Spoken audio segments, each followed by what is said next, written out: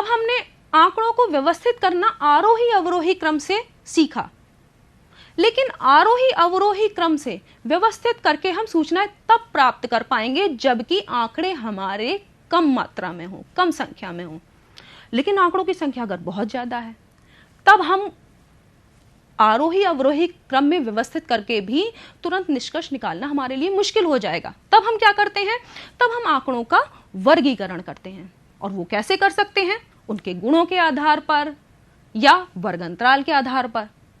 तो गुणों के आधार पर वर्गीकरण में हम क्या करते हैं कि जैसे जो एक समान गुण वाले आंकड़े हैं उनको हम एक वर्ग में रख देंगे, और दूसरे प्रकार के गुण वाले जो आंकड़े होंगे उन्हें हम दूसरे वर्ग में रख देंगे। तो इस प्रकार से हम गुणों के आधार पर वर्गीकरण कर सकते हैं।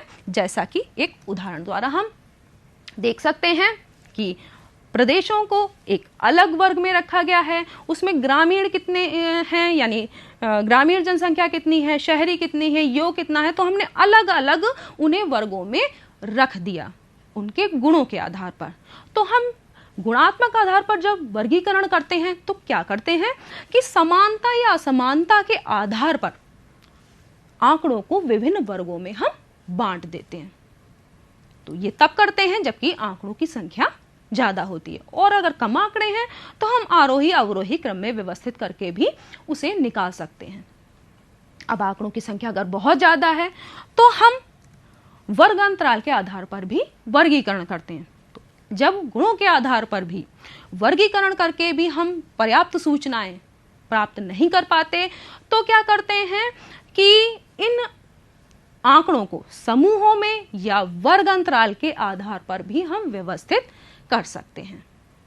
बच्चों, सारणी कैसे बनती है, कैसे हम इन्हें वर्गीकृत करते हैं, आइए अब हम ये सीखते हैं एक उदाहरण के द्वारा। यहां पर एक छात्रावास में 64 छात्र छात्रा रहते हैं। तो वहां पर जो है मॉनिटर को कहा गया कि आप इनकी एक दिन की भोजन व्यवस्था की सारणी बनाइए कि उन्हें क्या पसंद है, उस हिसाब से भोजन बने। तो देख रहे हैं कि भोजन रुचि में केवल रोटी पसंद करने वाले, जिन्हें चावल नहीं पसंद, तो ऐसे बच्चों के पास वो मॉनिटर गया और उसने क्या किया, उनके आगे खड़ी लाइनें इस तरीके से खींच ली कि कितने बच्चों को केवल रोटी खानी है, चावल नहीं खाना। केवल चावल वाले के आगे उसने खड़ी लाइनें खींची और यहां पर उनकी संख्या गिनकर बता दिया कि केवल चावल 5 बच्चों को खाना है, उन्हें रोटी नहीं खानी। रोटी और चावल खाने जिन्हें दोनों खाना है, जिन्हें दोनों पसंद है, तो उसमें भी इसने ऐसे ही खड़ी लाइनें खींची और लकीरों की संख्या गिनकर बता दिया कि 21, जो टेबल में आप आराम से देख पा रहे हैं, तो 21 बच्चे यानी 21 छात्र छात्रा ऐसे हैं जिन्हें रोटी और चावल दोनों पसंद है। पूड़ी वाले जितने बच्चे हैं जिन्हें पूड़ी पसंद है तो वो हैं 15, और पराठा जिनको पसंद है वो है 11। तो ये सारणी से ये व्यवस्थित रूप में हो गई। तो इससे सूचनाएं हम कितनी आसानी से, वरना 64 छात्रों के बारे में सूचनाएं अगर अव्यवस्थित रूप में होती तो हम इतनी आसानी से निष्कर्ष पर नहीं पहुंच सकते थे कि हमारी आज की भोजन व्यवस्था में हमें क्या बनाना है, बच्चों को क्या पसंद है। तो यहाँ से हम आसानी से देख सकते हैं कि सबसे ज्यादा रोटी और चावल वाले बच्चों की संख्या है। लेकिन इस तरह की जो हमने सारणी बनाई है, वर्गीकृत किया है, इसमें एक समस्या है। वो क्या? वो ये कि जब लकीरों की संख्या बहुत ज्यादा हो जाती है, जैसे यहाँ पर 21 लकीरें हैं, तब भी आप गिन सकते हैं। अगर 50-60 लकीरें हो जाएं, तब गिनने में आपसे गलती होगी। तब हम क्या करें? तो इसी उदाहरण को, जो ये टेबल बनाई है, इसमें हम थोड़ा सा चेंज करते हैं।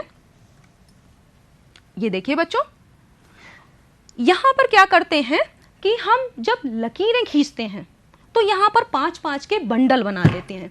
5-5 के बंडल में क्या करते हैं कि 4 लाइनें सीधी और एक लाइन जो है, जब 5वीं जो लाइन होती है उसे पहली वाली से चौथी वाली तक तिरछी खींचते हैं। तो ये कहलाते हैं टैली मार या मिलान चिन्ह या टैली चिन्ह। और इनको गिनना बहुत आसान हो जाता है, और हमारी जो गलतियां हो सकती हैं, खड़ी लाइन ज्यादा हो तो गिनने में गलती हो सकती है, वो भी बच जाती है। तो इसमें क्या किया है, अब देख रहे हैं कि केवल रोटी वाले अब 2 बंडल हमारे हैं 5-5 के, तो ये आराम से हम गिन सकते हैं कि ये 10 हो गए, और 10 और 2 12 आराम से हमने निकाल लिया। जो रोटी चावल वाले में इतनी ज्यादा खड़ी लाइनें थी, 21 खड़ी लाइनें, तो उसकी जगह क्या हो गए, ये 4 बंडल हो गए, जिसका तात्पर्य क्या है, 5-5 के 4 बंडल है तो 20 हो गया, और 1 21। तो इस तरीके से हम टैली चिन्ह लगाकर और उनको गिनकर आराम से निष्कर्ष पर पहुंच सकते हैं। तो देखा कि टैली चिन्ह लगाना कितना आवश्यक है, जिससे कि हम गलतियां नहीं करेंगे, गलतियों से बच सकते हैं। अब बच्चों हम टेबल बनाना सीखते हैं कि हम बारंबारता सारणी या इस तरह की सारणी हम कैसे बनाएं। तो चलो बच्चों, सबसे पहले हम ये देखेंगे कि इसकी जो उदाहरण है, इसकी एक बारंबारता सारणी बनी है, तो हम सारणी कैसे बनाएं। सबसे पहले तो किसी भी प्रश्न के लिए हम सारणी कैसे बनाएं, तो चलो एक मॉडल के द्वारा हम इसको सीखते हैं। तो यहाँ पर आप ये एक टेबल देख रहे हैं, और इस टेबल में ये जो एक खाली टेबल है, और इसमें क्या है कि इस टेबल में यहां आप नीचे देखिए कि खाली टेबल है, और इसमें कुछ पंक्तियां हैं और क्या है, कुछ स्तंभ हैं। जो क्षैतिज है वो क्या है, पंक्तियां हैं, और ऊर्ध्वाधर क्या है, स्तंभ हैं। आपको ये ध्यान रखना है टेबल बनाने में कि जो स्तंभ हैं, बारंबारता सारणी में स्तंभों की संख्या 4 रहती है, लेकिन जो पंक्तियों की संख्या है वो घट बढ़ सकती है आपके प्रश्न के अनुसार। ठीक है, पंक्तियों की संख्या जब आप लेंगे, चुनेंगे, तब 2 पंक्तियों को आपको एक्स्ट्रा रखना है, वो हर प्रश्न के लिए समान होगा। कैसे?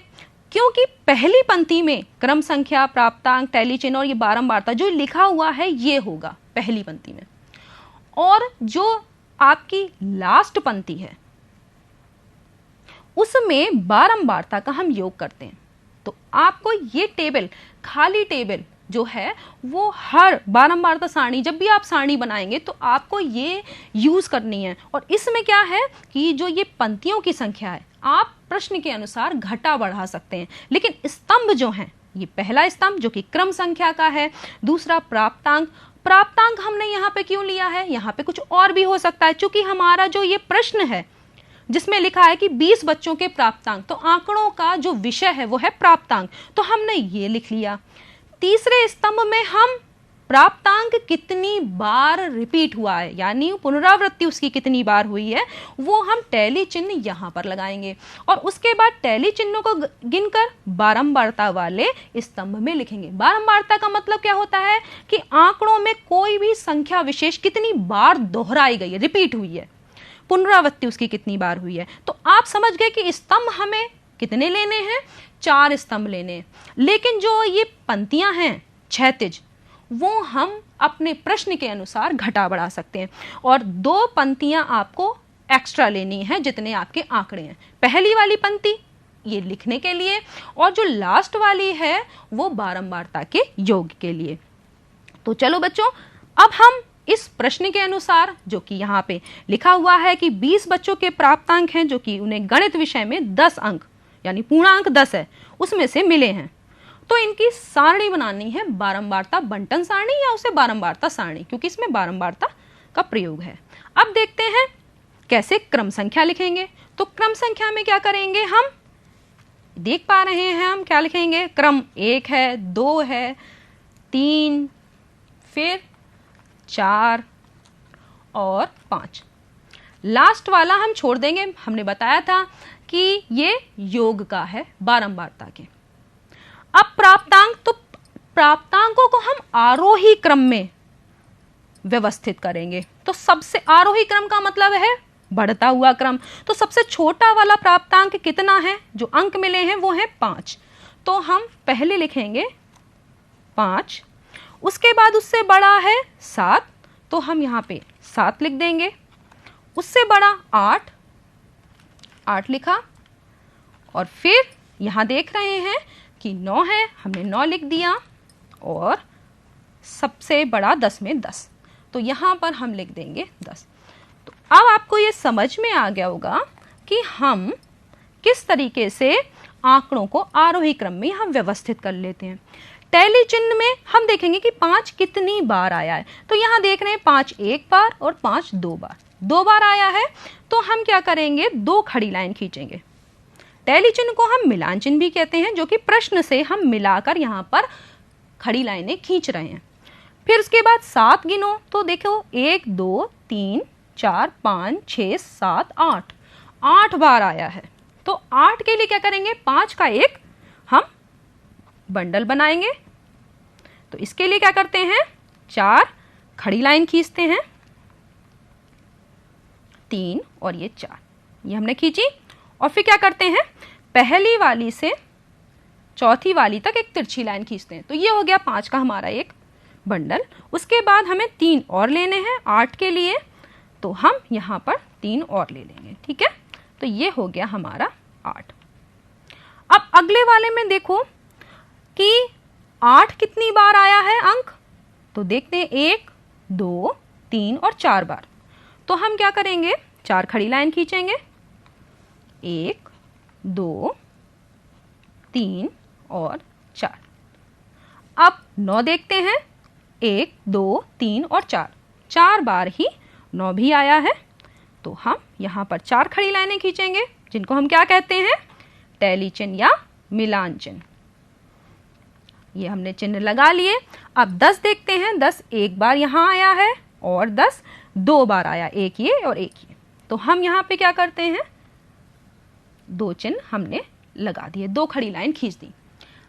अब क्या है, बारंबारता में देखिए, इन्हीं टैली चिन्ह को गिनकर हम यहाँ पर बारंबारता लिख देंगे। यानी 5 अंक जो है वो 2 बार आया है, 2 बार उसकी पुनरावृत्ति हुई है।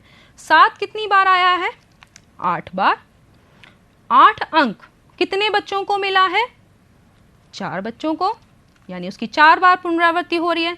9 अंक जो है वो भी 4 बच्चों को मिला है, और 10 अंक जो है वो 2 बच्चों को मिला है। अब हम इन बारंबारता का योग कर दें, तो बारंबारता का योग करो तो देखो 8 और 2 10 हो गया, और ये 14 और ये 18 और 2 20।